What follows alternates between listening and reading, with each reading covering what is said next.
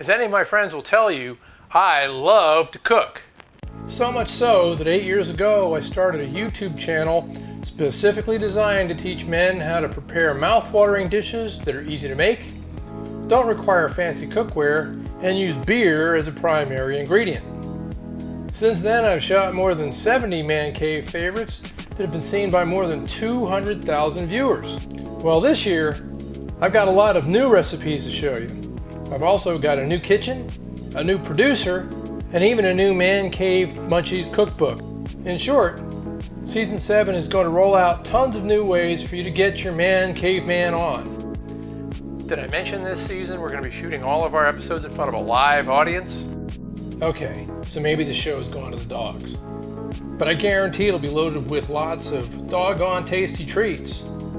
So tune in, chill out, and munch on every week, guys. This is the cooking series you've been waiting for.